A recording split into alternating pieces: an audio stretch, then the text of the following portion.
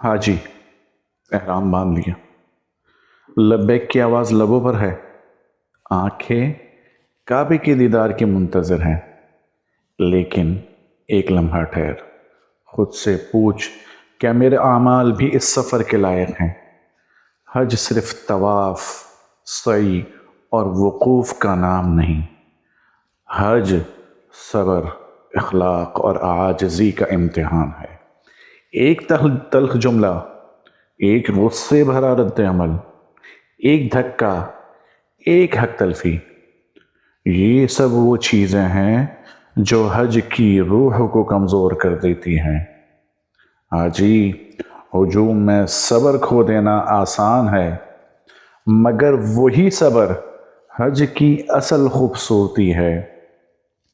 کسی کو حقیر نہ سمجھو، کسی کے ساتھ سخت لہجہ اختیار نہ کرو، یاد رکھو تم اللہ کے مہمان ہو۔ حج میں زبان کی حفاظت کرو، جھوٹ، غیبت، گالی، الزام، یہ سب وہ چیزیں ہیں جو احرام کے تقدس کو مجروح کر دیتی ہے۔ اگر زبان قابو میں نہ رہی تو یہ احرام صرف کپڑا بن کر رہ جاتا ہے۔ حاجی، نگاہوں کی بھی حفاظت کرو، یہ نگاہیں اگر بے لگام ہو گئی تو دل کی پاکیزگی کیسے بچے گی؟ اللہ نے تمہیں اپنے گھر بلایا ہے، یہ مقام گناہوں کے ساتھ کھیلنے کا نہیں۔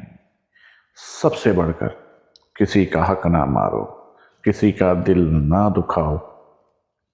اگر کسی کا دل توڑ کر کعبے کا طواف کیا تو سوچو اس طواف کا وزن کیا رہ جائے گا۔ حاجی، یہ سفر تمہیں بدلنے آیا ہے، نہ کہ صرف تصویریں لینے، بحثیں جیتنے، نہ کہ اپنی انا ثابت کرنے۔ ایسے کام نہ کرو کہ حج تو ہو جائے مگر قبول نہ ہو۔ آخر میں ایک بات یاد رکھو، اللہ اعمال نہیں، نیت اور اخلاق دیکھتا ہے۔